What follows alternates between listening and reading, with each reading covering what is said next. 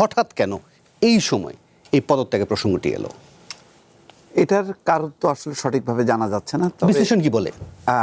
যেটা বলা হচ্ছে যে লন্ডন থেকে তিনি কথা বলেছেন, তো এটার কোনো অডিও ভিডিও পাওয়া যায়নি। এখন গোয়েন্দা সংস্থাগুলো পেয়েছে কিনা সেটা বোঝা যাচ্ছে না। নিশ্চয়ই কোনো কারণ আছে, কিন্তু আমার যেটা মনে হয় যে আরও 1-2 মাস আগের থেকে এরকম একটা আলোচনা চলছিল।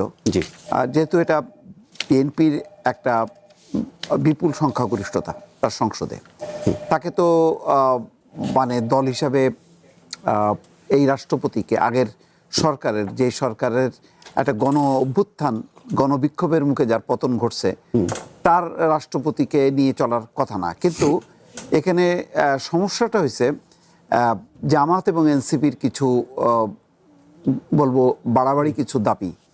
সেটা হলো যে রাষ্ট্রপতিকে কি বলে পদত্যাগ করতে হবে, বিচার করতে হবে, তাকে ধরতে হবে, মারতে হবে, এই ধরনের যে মানে সেই ডক্টর মোহাম্মদ ইউনূসের সময় থেকেই যেই তাদের অবস্থানটা, সেই অবস্থানটার বিপরীতে বিএনপির বক্তব্য ছিল যে না, এটা সাংবিধানিক একটা সংকট দেখা দেবে। সেই কারণে যেহেতু এই সংবিধানটাকে বহাল রেখে রাষ্ট্রপতির অধীনে তারা শপথ নিয়ে সরকারে গেছে, সুতরাং ওই ধারাবাহিকতাটাই থাকুক। আমার ধারণা যে এই মাঝখানের ডক্টর মোহাম্মদ ইউনূসের লম্বা সময় থাকা এবং তার পরবর্তী পরিস্থিতি, এই যে গণভোট, দ্বিতীয় শপথ, এই সমস্ত জটিলতার কারণে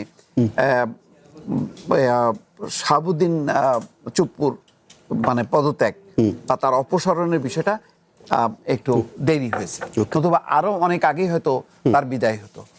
আমার ধারণা যে এইটা স্বাভাবিক প্রক্রিয়াই ঘটছে, কিন্তু হঠাৎ করে কি এমন ঘটনা ঘটলো যেখানে স্পিকারকে তড়িঘড়ি করে চলে আসতে হচ্ছে। তার তো রোববারে আসার কথা ছিল, কালকে দুপুরে আসছেন এবং আমার কাছে একটু খবর আছে অনেক সময় তিনি